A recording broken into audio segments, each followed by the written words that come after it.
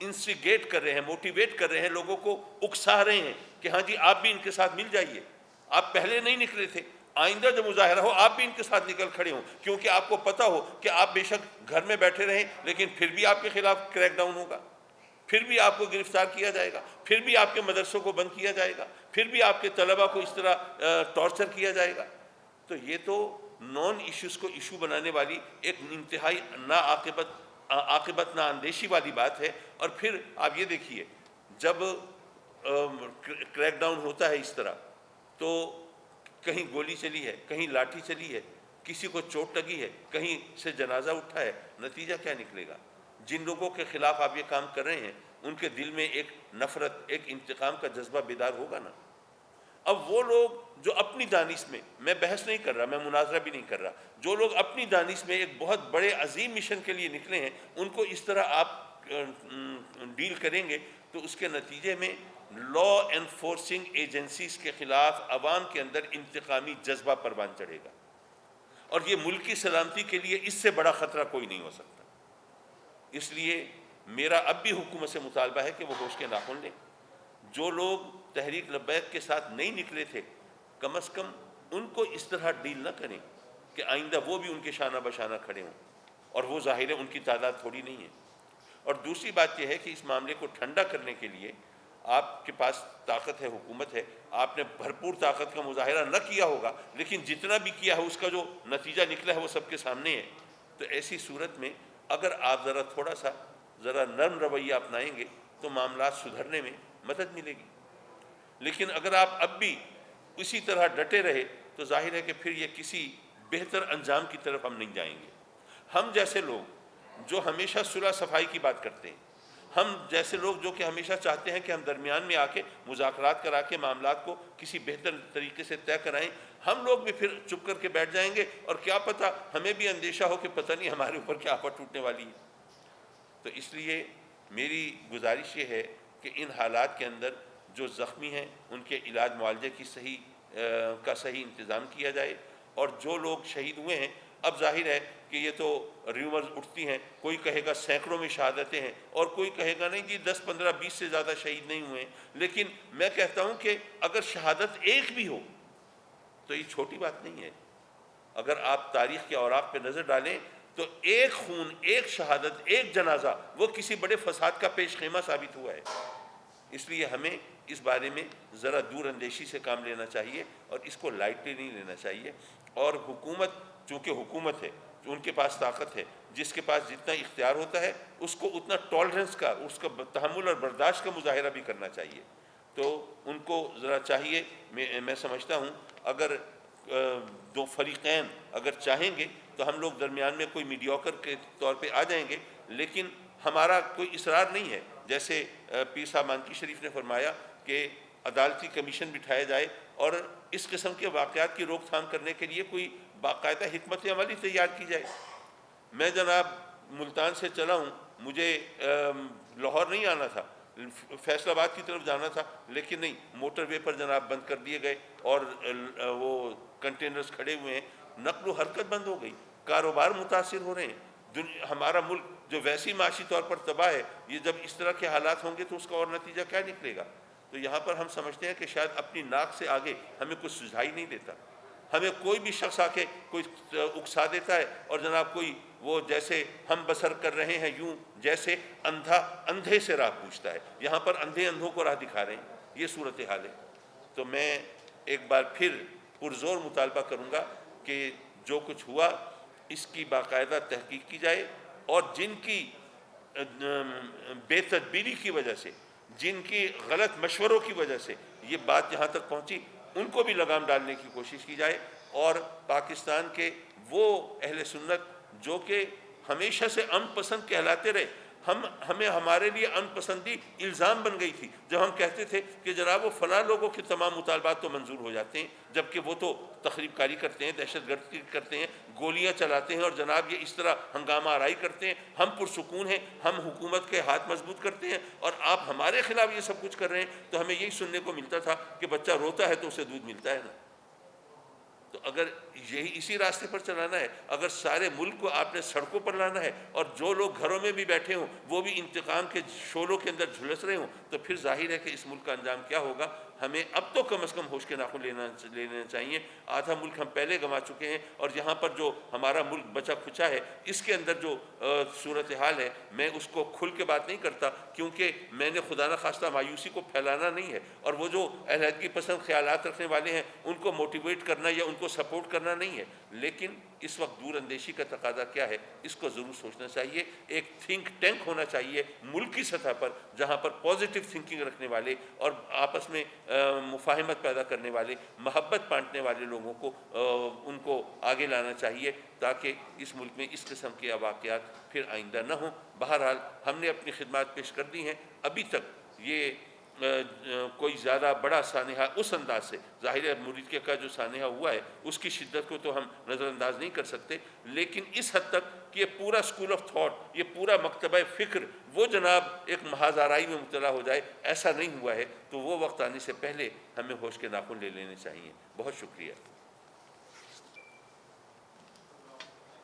اور اس کے علاوہ چند ایک ایشوز اور بھی ہیں، وہ ان کا ذکر دوستوں نے کیا ہے۔ میرا خیال ہے کہ وہ افغانستان کا جو معاملہ ہے، وہ افغانستان سے اتفاق ایسا ہے، مجھے نہیں پتہ وجہ کیا ہے، کہ پاکستان بننے کے وقت سے آج تک ہماری ان سے کوئی اچھی وہ ڈیلنگ نہیں رہی۔ جس دوران افغانستان ہمارے 5ویں صوبے کی حیثیت رکھتا تھا، اور اس وقت جو ہم نے لاکھوں افغانیوں کو اپنے پاس یہاں پہ رکھا، لیکن یہاں پر رہنے کے باوجود ماشاءاللہ ان کے جذبات جیسے ہیں، اور پاکستان کے خلاف وہ اپنے جذبات کا جس طرح اظہار کرتے ہیں، بلکہ کھیلوں کے اندر بھی، وہ کھیل کے اندر بھی وہ پاکستان کے خلاف جو کچھ کہتے ہیں وہ ہمارے سامنے ہے۔ اس میں ہماری خطا کہاں ہے، غلطی کہاں ہے، اس پر بھی ہمیں غور کرنا چاہیے، اور حالات کو بہتر۔ افغانستان میں آپ جانتے ہیں کہ اب تو ان لوگوں کی حکومت ہے جن کو مذہب سے زیادہ شغف گنا جاتا ہے، تو ان کو اس بنیاد پر بلانا چاہیے اور ان سے کوئی صحیح طور پر بات چیت کرنی چاہیے۔ جی آپ کچھ نہیں، یہ بہار پہ مطلب یہ کہ رابطہ اس حد تک ضرور ہے کہ جیسے لوگ بات کرتے ہیں کہ جناب وہاں پہ یہ ہو رہا ہے، آپ گھروں میں بیٹھے ہیں، آپ خاموش بیٹھے ہیں، ہمیں بھی جرم محسوس ہوتا ہے کہ ہم اس وقت اگر زبان نہیں کھولیں گے تو ظاہر ہے کہ ہم اپنے ضمیر کے سامنے، عوام کے سامنے، اپنے رب کے سامنے شرمندہ ہوں گے۔ لیکن ہم یہ بات کر رہے ہیں کہ دیکھیے نا، کوئی شخص ویسے ہی آ جائے جی میں صلح کرانے کے لیے ضروری ہوتا ہے کہ فریقین ان کے اوپر راضی ہوں۔ ابھی تو ہم حکومت سے بات کر رہے ہیں کہ حکومت کیا جواب دیتی ہے، کیونکہ وہ زخم خوردہ ہیں، ادھر انتقام ہے، ادھر جذبات مختلف ہیں، ان سے بات دوسرے انداز سے کرنی پڑے۔ پہلے ہم ان سے جا کے بات کر لیں اور وہ رضامندی کا اظہار کر دیں، ادھر حکومت ہی پکڑائی نہ دے، تو پھر بتائیے ہم کیا کریں گے، ان سے بھی مزید شرمندہ ہوں گے۔ ایک آپ نے جو ایک منٹ جو آپ نے قیادت کی بات کی، سب سے اہم بات یہ ہے کہ اس وقت نہ ہمیں پتہ ہے کہ قیادت کدھر ہے۔ ہمارے جو اس وقت سوشل میڈیا پر، آپ میڈیا کو تو رسائی ہے نہیں، سوشل میڈیا پر یہ خطرات ظاہر کیے جا رہے ہیں کہ ان کو گولی لگی ہے یا وہ پولیس کے ساتھ ہیں۔ ہم اس پر بھی حکومت سے یہ مطالبہ کرتے ہیں کہ آپ کے ساتھ جو گرفتار ہیں، اگر آپ نے ان کی قیادت کو گرفتار کیا ہے، کم از کم آپ اس کو اناؤنس تو کریں، ایکسیپٹ تو کریں، اور اگر نہیں ہے اور آپ جس طرح بار بار کہہ رہے ہیں کہ ہم نے ٹریس کر دیا ہے، تو پھر ہمیں بھی بتا دیں تاکہ ہم ان سے رابطے کی کوشش کریں۔ قانون مذاکرات کی بات کی، امن کی بات کی، جبکہ حکومت یا اسمبلی نے ہمیشہ گولی کی زبان میں بات کی، تو آپ ابھی لبیک کے حوالے سے سوشل میڈیا پہ خبر چلی ہے کہ انہوں نے خاص کر کے بلوچستان میں 17 اکتوبر بروز امت المبارک کو داسا سور پہ حاضر کی کال دی ہے، پورے پاکستان میں ملک کی ہڑتال کا اعلان کیا ہے۔ آپ حکومت کے ساتھ کھڑے ہیں یا لبیک کے ساتھ کھڑے ہیں؟ اور دوسری بات ہے، آپ نے افغانستان کی بات کی، ہم نے ہمیشہ اپنی غلطیاں دوسروں پر طے کی ہیں۔ پہلے پاکستان کے وزیر خارجہ سر ظفر اللہ خان جو کہ قادیانی تھے، اگر پریس کانفرنس آپ کر رہے ہیں تو پھر آپ یہاں آ جائیے۔ نہیں یہ نہ کریں نا، دیکھیں آپ نے کوئی سوال کرنا ہے تو وہ کریں، نہیں یہ بات نہ کریں نا۔ آپ نے اگر کوئی پریس کانفرنس کرنی ہے تو علیحدہ بات ہے۔ سوال آپ کا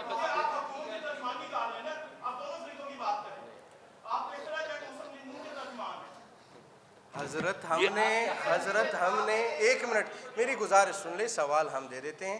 ہم نے یہاں پر ہم بیٹھے ہیں، ہم کشیدگی نہیں چاہتے. اگر ہم بھی یہی کہیں کہ نہیں جی ہم نے جلاؤ گراؤ کرنا ہے, ہم مذاکرات کا تو مطلب ہی یہی ہے کہ جو فریقین ہیں ان دونوں کو ہم بٹھائیں گے, اور اگر کسی کے ساتھ زیادتی ہوئی ہے تو اس کے ساتھ جس طرح پہلے ہم نے ہوا, پہلے 3-4 دفعہ لبیک نکلی ہے, ان کے ساتھ یہی کمیٹی نے مذاکرات کیے نا, لبیک بھی راضی ہوئی, حکومت بھی راضی ہوئی, اب بھی ہم وہی کہہ رہے ہیں. حضرت آپ جو کہہ رہے ہیں کہ ہم نہیں, کیا اتنی دیر ذرا ٹھہر جائیے. آپ نہیں, یہ آپ کے لیے پریس کانفرنس نہیں سجائی گئی, یہ آپ کے لیے نہیں سجائی گئی. بات یہ ہے کہ ہم نے یہاں پہ کیا یہ کہا کہ حکومت نے جو کچھ کیا وہ صحیح کیا؟ کیا ہم نے قتل و غارت گری کی حمایت کی؟ ایک لفظ بولا ہو تو بتا دیجیے, اتنے لوگ بیٹھے ہیں گواہ ہیں. آپ ہم پر الزام دھر رہے ہیں کہ جی آپ ان کی حمایت کر رہے ہیں, آپ ان کے فریق ہیں. مجھے نہیں پتا آپ کون ہیں, آپ کا پریس کلب سے کیا تعلق ہے, اور آپ کی یہاں پر حاضری کس وجہ سے ہے مجھے نہیں معلوم, لیکن آپ ایک منفی سوچ کو پروان چڑھا رہے ہیں. ہم تو مثبت سوچ کو لے کے آئے ہیں یہاں پہ. نہیں, مجھے پریس کے لوگوں سے مجھے سوال یہ ہے کہ یہ شخص جو بول رہا ہے کیا آپ کے نمائندے کی حیثیت سے بول رہا ہے؟ مجھے پریس والے تو بتا دیں. میں گزارش کروں گا ایک بات, کہ سابقہ چیف سید حامد سید شاشم کاظمی نے وضاحت کے ساتھ تمام ایشوز پر بات کی ہے. اب جو تنظیمات اہل سنت کا مشترکہ اعلامیہ ہے اس کے چند اہم نکات جو ہیں وہ آپ سماعت فرما لیں. میں گزارش کروں گا محترم صاحبزادہ مفتی محمد کریم خان جو کہ چیئرمین ہیں وفاق المدارس الحزبیہ اسلامیہ کے, وہ اس کے اہم نکات آپ کے سامنے پیش فرمائیں. مفتی وزیر صاحب جو بلوچستان والے ہیں, انہوں نے کل دوبارہ اپنا بیان جاری کر کے احتجاج کو مؤخر کر دیا ہے. تو اس لیے ظاہر ہے جب انہوں نے مؤخر کر دیا ہے تو ہم نے بھی اس پہ غور و فکر نہیں کیا. اچھا, دوسری بات, کیونکہ یہ جو اعلامیہ جاری کیا جا رہا ہے اس میں پاکستان بھر کے 4 صوبوں, آزاد کشمیر, گلگت بلتستان, ان سب سے مشاورت ہے. ساری قومی, سیاسی, مذہبی جماعتیں اور مدارس جو ہیں ان کے نمائندگان شریک ہوئے ہیں. یہ پچھلے تقریباً 14 گھنٹے مسلسل مشاورت پیرزادہ امین صاحب جو ہیں انہوں نے کی ہے, بڑی محنت کی ہے, اور اسپیشل KPK سے تشریف بھی لائے ہیں. تو چند نکات اس حوالے سے جو مشترکہ طور پر جاری کیے جا رہے ہیں ان کی جو ہے سماعت فرما لیں. نمبر 1, تنظیمات اہل سنت نے مشترکہ طور پر حسب ذیل اعلامیہ جاری کیا ہے. حکومت تحریک لبیک پاکستان کے ساتھ فوری طور پر مذاکرات شروع کرے. اہل سنت کی مساجد, مدارس, خانقاہوں اور گھروں پر چھاپے بند کیے جائیں. سانحہ ماڈل ٹاؤن کے بعد سانحہ گریز کے پاکستان کی تاریخ کا سیاہ ترین دن ہے, اس پر فی الفور آزادانہ عدالتی کمیشن تشکیل دیا جائے. تحریک لبیک کے گرفتار قائدین اور کارکنوں کو فوری رہا کیا جائے. شہداء کی لاشیں ورثاء کے حوالے کی جائیں. زخمیوں کو علاج کی بہترین سہولیات فراہم کی جائیں. بریلی شریف میں انڈیا حکومت, مودی حکومت جو بریلی شریف میں آپریشن کر رہی ہے, جارحیت کر رہی ہے, وہاں پر بلڈوز چلائے جا رہے ہیں, دکانیں مسمار کی جا رہی ہیں, آستانوں کو نقصان پہنچایا جا رہا ہے. نبیرہ یہاں پر بریلوی سیکٹ جو 80% ہے, ان کی خانقاہ جو خانقاہ بریلی شریف ہے امام احمد رضا کی, ان کے خانوادہ کے مفتی توقیر رضا کو گرفتار کیا گیا ہے. ہم اس کی پرزور مذمت کرتے ہیں, اور وہاں پر آئی لو محمد جو ٹرینڈ چلایا گیا ہے اس کی حمایت کرتے ہیں. افغانستان کا بھارت سے دفاعی معاہدہ اسلام اور پاکستان سے مسلمانوں سے غداری کے مترادف ہے. افغانستان سے مسلسل دار اندازی پاکستان کی خود مختاری اور سالمیت پر حملہ ہے. دفاع وطن کی خاطر جان کا نذرانہ پیش کرنے والے شہداء کو خراج تحسین پیش کرتے ہیں. آئندہ کا لاہ عمل طے کرنے کے لیے اہل سنت کی تمام جماعتوں, تنظیمات, مدارس اہل سنت, خانقاہوں اہل سنت کی جو خانقاہیں ان کا, مساجد اہل سنت کا سربراہی اجلاس 22 اکتوبر آئندہ بدھ کو فیصل آباد میں طلب کر لیا گیا ہے. اب میں ملتمس ہوں دعا کریں جناب مولانا محمد علی نقشبندی صاحب جو جنرل سیکرٹری ہیں تحفظ المنصف صاحب.